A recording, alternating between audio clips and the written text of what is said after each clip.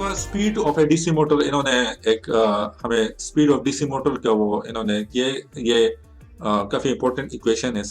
ये आपके आगे जितने भी कर्व्स होंगे कैरेक्टरिस्टिक कर्व जब हम पढ़ेंगे उसमें ये हमें वहाँ पे थोड़ा हेल्प आउट करेगा। ये इक्वेशन कौन सी इक्वेशन है? दैट इज इक्वल टू, हमारे पास हमने क्या पढ़ा था कि हमारे पास बैक ईएमएफ किसकी इक्वल होता है? V minus G PG and 5 versus या T है। इसके इक्वल होता है। सो आई कैन से दैट कि मेरा back EMF is directly proportional to flux into N. ये बाकी तो सारे कांस्टेंट होते हैं मोटर के लिए। For specific motor all these value are constant. So back EMF is direct proportional to flux into N. Speed को आप इंक्रीज भी कर सकते हो जब आपके पास मोटर आ जाए, आप डिक्रीज भी कर सकते हो, सही है। फ्लक्स को भी आप इंक्रीज भी कर सकते हो, डिक्रीज भी कर सकते हो थ्रू आर्मेचर करंट, सही है। तो आई कैन से दैट कि मेरा जो एन होगा that is directly proportional to E B divide by flux. Okay, जब आपका फ्लक्स डिक्रीज होगा तो इट मीन्स कि आपका स्पीड इंक्रीज हो गया। अगर आपका बैक ईएमएफ डिक्रीज होगा तो इट मीन्स कि स्पीड आपका डिक्रीज हो रहा है, सही। ठीक हो रहा है, ठीक है।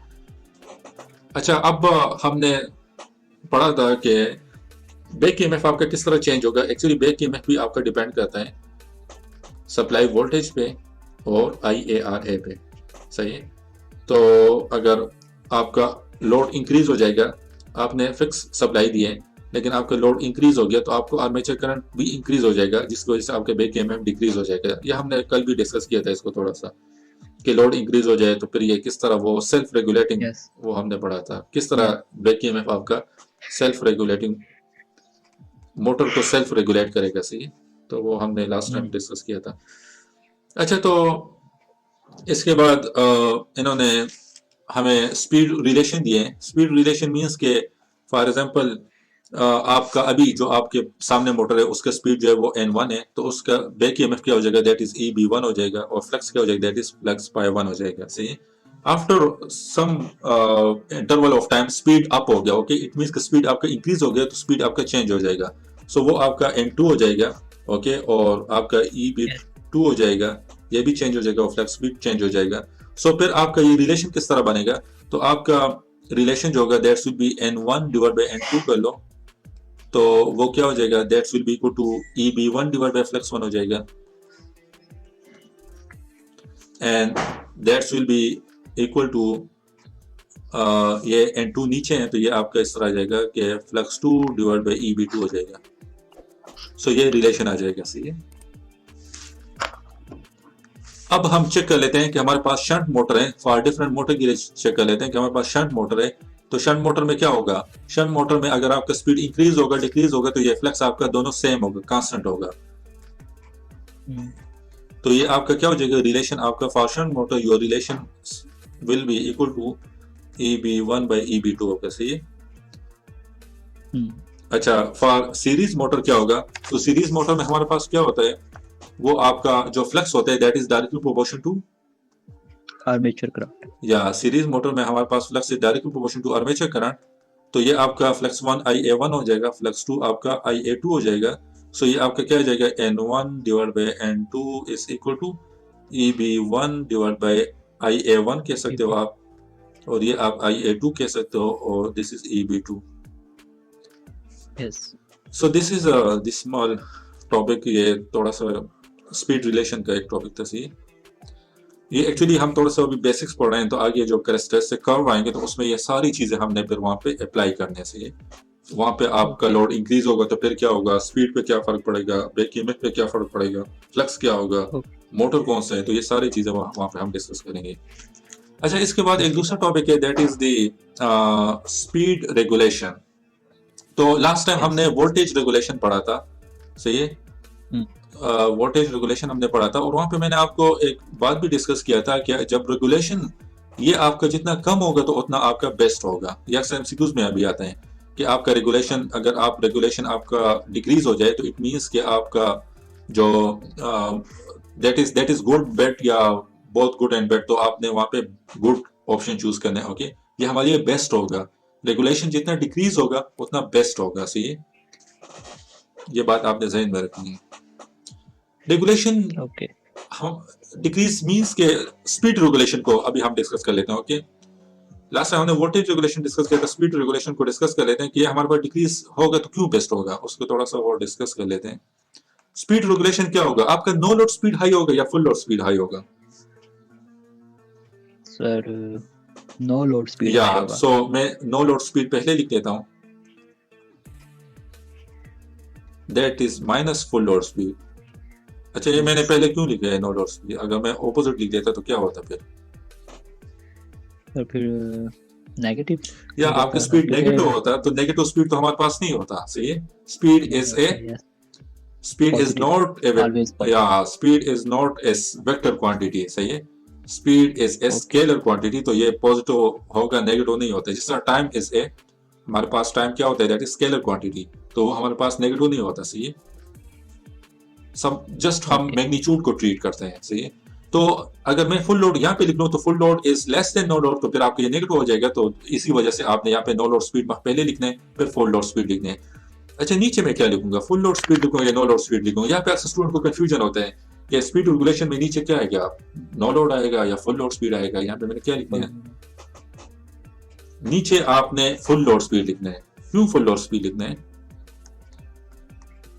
वो इसलिए कि मैंने अभी आपसे डिस्कस कर लिया कि हमारे पास जो स्पीड रेगुलेशन है, जो जितना कम होगा उतना हमारे लिए बेस्ट होगा। कम क्यों होगा? क्योंकि yes, ये डिफरेंस जितना कम होगा तो आप कह सकते हो कि मेरा स्पीड जो है वो रेगुलेट है, यानी वो चेंज नहीं हो रहा। मैं लोड को इंक्रीज कर लूं डिक्रीज कर लूं तो वो चेंज नहीं हो रहा। सही है,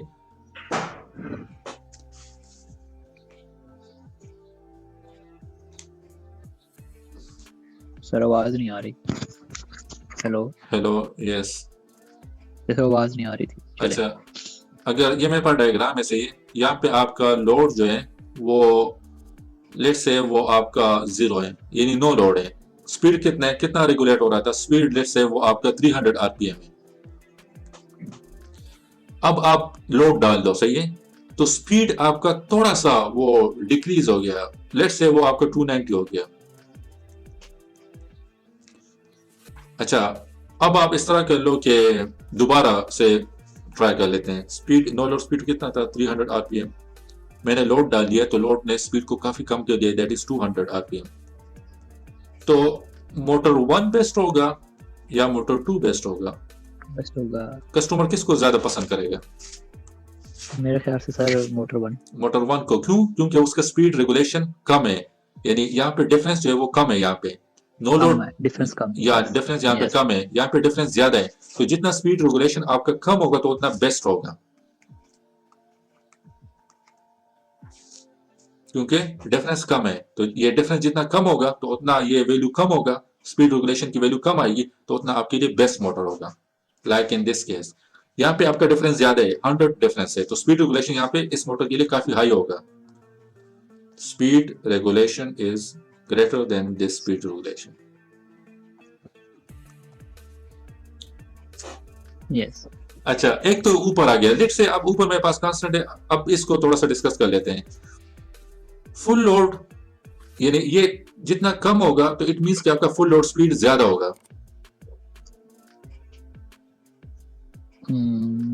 सर मैं समझ नहीं, फुल लोड कम होगा। एक्चुअली नो लोड स्पीड तो आपका फिक्स होगा, वो तो आपका फिक्स होगा ना। लोड को आप इंक्रीज कर लो, या तो ये फुल लोड आपने देखना कि फुल लोड मेरा कितना हो रहा है। Full load is that full load speed is approaching to no load speed, ये कितना इंक्रीज हो रहा है, यानी कितना अप्रोच कर रहा है नो लोड स्पीड की तरफ। तो यहाँ पे देख लो, ठीक है। मैं लोड डाल देता हूँ तो ये ज्यादा अप्रोच कर रहा है। ये देखो 290, पहले 300 था, ये अभी भी 290 स्पीड को बरकरार रख रहा है। फुल लोड मैंने डाल दिए लेकिन अभी भी ये 290 को अप्रोच करे, यानी 300 को ज्यादा अप्रोच कर रहा है अभी भी। 300 को अप्रोच कर रहा है। Yes, Yeah. So for this case, your full load is greater, so this will be smaller.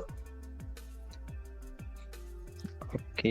सही है, तो यहाँ पे आपने नो लोड स्पीड नहीं पुट करना, क्योंकि नो लोड स्पीड तो फिक्स होगा, उसको तो आप इंक्रीज और डिक्रीज नहीं कर सकते। अगर डिनोमिनेटर में आप पुट कर लो, अक्सर स्टूडेंट पूछ जाते हैं कि स्पीड रेगुलेशन में तो ऊपर था कि no load speed minus full load speed, नीचे क्या था, फुल लोड स्पीड था या नो लोड स्पीड था? यहाँ पे अक्सर स्टूडेंट कंफ्यूज होते हैं। तो यहाँ पे आपका फुल लोड स्पीड होगा, because this is variable. Full load speed आपका वेरिएबल होगा, जबकि नो लोड स्पीड आपका फिक्स होगा। यहाँ पे आप नो लोड स्पीड को पुट कर लो तो वो तो आपकी फिक्स होगी। सही है, क्योंकि स्पीड रेगुलेशन में हम फुल लोड स्पीड को चेक करते हैं कि ये कितना अप्रोच कर रहे हैं नो लोड स्पीड की तरफ। अगर कम अप्रोच कर रहे हैं तो इट मींस कि ये वैल्यू फुल लोड स्पीड आपकी कम वैल्यू है, तो इट मींस कि स्पीड रेगुलेशन आपका ज्यादा है, विच इज बैड। ओके। अच्छा, अगर ये ज्यादा अप्रोच कर रहे हैं, यानी नो लोड स्पीड की तरफ फुल लोड स्पीड ज्यादा अप्रोच कर रहे हैं, तो इट मीन्स कि ये आपका ज्यादा है, तो स्पीड रेगुलेशन कम है, and that is good. Yes sir, ठीक है। So this is all about the full load speed regulation. और फार्मूला का भी मैंने आपको काफी अच्छी तरह से बता दिया कि इसको यस सर, आपने ठीक है। याद किस तरह करना है. तो यहाँ पे परसेंटेज है, तो परसेंटेज मीन्स कि यहाँ पे आपने टाइम्स 100 भी करना है. ओके। अच्छा, इसके बाद हमारे पास लॉसेज आ जाते हैं. तो लॉसेज में हमारे पास क्या है, उसी तरह लॉसेज हैं जो हमने पढ़े थे पहले, कि हमारे पास कॉपर लॉस होंगे, मैकेनिकल लॉस होंगे, आयरन लॉस होंगे. आयरन लॉस में क्या होगा, आयरन लॉस में आपके वो हाइस्टेरेसिस लॉसेज आ जाते हैं, ईडी करंट लॉसेज आ जाते हैं. मैकेनिकल लॉसेज में क्या होगा, वेंटेज लॉसेज आ जाते हैं, और फ्रिक्शनल लॉसेज आ जाते हैं. सही. कॉपर लॉसेज में आपके फील्ड वाइंडिंग में जो हार्ड। लॉसेज होगा, आई ए स्क्वायर आर, जो लॉसेज होंगे वो आ जाएंगे. यस। एफिशिएंसी भी उसी तरह है जिस तरह हमने पहले पढ़ा था कि efficiency is equal to output divide by input times 100. और अक्सर हम इस तरह ट्रीट करते हैं कि हमें इनपुट गिवन नहीं होता, तो हम आउटपुट प्लस लॉसेज ले लेते हैं. सही है. इन दोनों फार्मूला से ओके। आप एफिशिएंसी को फाइंड कर सकते हो. For maximum efficiency your variable loss is equal to constant loss, क्योंकि ये हमने पढ़े हैं, पहले भी पढ़ा था. इसके बाद हमारे पास पावर ठीक। स्टेजेस आ जाते हैं. ये भी हमने पहले पढ़ा था कि हमारे पास इनपुट पावर होते हैं. यहाँ पे क्या होगा, इनपुट पावर होगा, दिस इज VIL होगा. वहां पे ऑपोजिट था. सही है. तो यहाँ पे कॉपर लॉस हो जाएंगे, फिर मैकेनिकल पावर डेवलप होगा. सही है. Because of this supply voltage mechanical power develop होगा, दैट इज EAIA. सही है. और यहाँ पे आपका टोटल पावर है, तो इसमें अभी वेंटेज और वो लॉसेज नहीं हुए हैं. सही है. इसमें सिर्फ कॉपर नहीं। लॉस हो गए हैं. कॉपर लॉस के बाद सही है आपको सर। जो पावर मिलेगा दैट इज मैकेनिकल पावर, वो EAIA होगा. इसके बाद आपके फ्रिक्शन और वेंटेज लॉसेज हो जाएंगे. इसके बाद क्यों वो बाद में होंगे, क्योंकि वो तब उसके बाद आपका वो मोटर जो है वो रोटेशन स्टार्ट कर लेगा. तो मोटर जब रोटेशन स्टार्ट कर लेगा तो इसमें फ्रिक्शन लॉसेज भी होंगे और आयरन लॉसेज भी होंगे. उसके बाद जो आपको पावर मिलेगा दैट इज आउटपुट पावर. और इस पावर के थ्रू आप फिर वो अपने वॉशिंग मशीन में जो आपका आउटपुट होगा, यानी क्लॉथ वगैरह होते हैं, उसको आप दो वो करते हैं, रोटेट करते हैं, तो वो पावर आपका यही होगा. सही है. Output power of motor. इस केस में sir mechanical power is greater than output power of motor, इस तरह कह सकते हैं। या मैकेनिकल पावर आपका that is greater than the output power. अच्छा, ओवरऑल ठीक एफिशिएंसी है। क्या होगा, C output divide by input, C divide by A हो जाएगा. Electrical efficiency B divide by A हो जाएगा. ओके। सही है. Mechanical efficiency C divide by B हो जाएगा. यानी आपने मैकेनिकल टोटल पावर ये था, मैकेनिकल आउटपुट पावर आपको थोड़ा कम मिल रहा है because of friction and mechanical losses, because of the mechanical losses, तो आपका C डिवाइड बाय B हो जाएगा. ओके सर, वो दूसरे केस, इस तरह आप दूसरे केस में अगर हम बताते हैं, अगर हमें इनपुट ना गिवन हो, तो सर हम मैकेनिकल पावर में कॉपर लॉसेस को ऐड कर देंगे तो हमारे पास इनपुट आ जाएगी। अच्छा, हाँ, ये वो दूसरे के केस में. इस केस में आप इस तरह कर लो कि आपका मैकेनिकल पावर हो जाएगा दिस EAIA, और ये भी नीचे भी लिख लो, यहाँ पे ये कॉपर लॉसेस कर लो. Actually input is equal to copper losses plus EAIA, addition of these two. Yes. सही है. और mechanical power is equal to addition of these two. Yes sir, ये ठीक है। ओके, तो नेक्स्ट कैरेक्टरिस्टिक हैं वो हम कल डिस्कस करेंगे, लेकिन कैरेक्टरिस्टिक में जाने से पहले आपके ये सारे कंसेप्ट क्लियर होने चाहिए. जितने भी हमने आज, जितने टॉपिक्स भी हमने आज डिस्कस किए हैं, तो ये सारे आपके कंसेप्ट अच्छी तरह से क्लियर होने चाहिए कि वहाँ पे अगर मैं कह दूँ कि स्पीड इंक्रीज होगा तो EB पे क्या होगा, तो आपके जहन में ये इक्वेशंस हों. सही है. ताकि अच्छी तरह से आपको समझ आ जाए. तो कल से फिर ये कैरेक्टरिस्टिक पढ़ लेंगे, ये सारे कैरेक्टरिस्टिक कल से डिस्कस करेंगे. सही है. ठीक है सर। कोई क्वेश्चन तो नहीं है? No sir. ओके.